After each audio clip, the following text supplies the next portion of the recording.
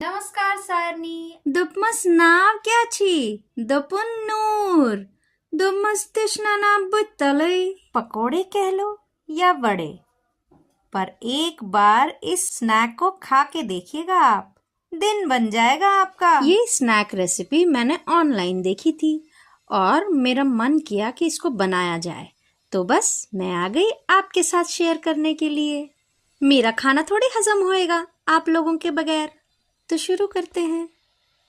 आप चाहें तो मिर्ची को पानी में 1-2 मिनट के लिए उबाल लेना, मिर्ची को सॉफ्ट करने के लिए। ये वड़े मैंने दो तरह से बनाई है, कुछ में मैंने सिर्फ अंदर फिलिंग डाली है और कुछ में अंदर बाहर दोनों साइड से। ये जो हमने फिलिंग बनाई है आलू, पनीर और चुकंदर की, इसे मिर्ची को स्लिट करके इसमें पहले फिल कर देना है और फिर ऊपर से अच्छे से इसको कोट कर देना है।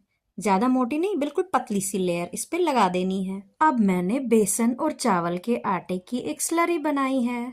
4:1 का रेशियो रखना है। 4 पार्ट बेसन, 1 पार्ट चावल का आटा। फिर इस मिर्ची वड़ा को या मिर्ची पकोड़े को, दोनों को इस स्लरी में डिप करना है। उसके बाद इसे कॉर्नफ्लेक में लपेट दें, अच्छे से कोट कर ले इसके ऊपर।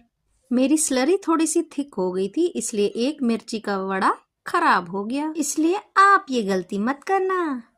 आप चाहो तो कॉर्नफ्लेक्स से पहले इसे सूजी में भी लपेट सकते है हैं। ना ये कितना हेल्दी, टेस्टी और सुंदर सा स्नैक, बिल्कुल पार्टी परफेक्ट।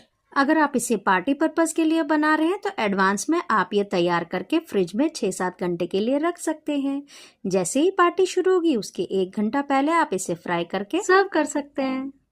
वैसे तो ये डीप फ्राई करने पे ऑयल एब्जॉर्ब नहीं करेगा, लेकिन फिर भी अगर आप चाहते हैं कि इसे और भी हेल्दी बनाएं तो आप एयर फ्रायर का इस्तेमाल कर सकते हैं।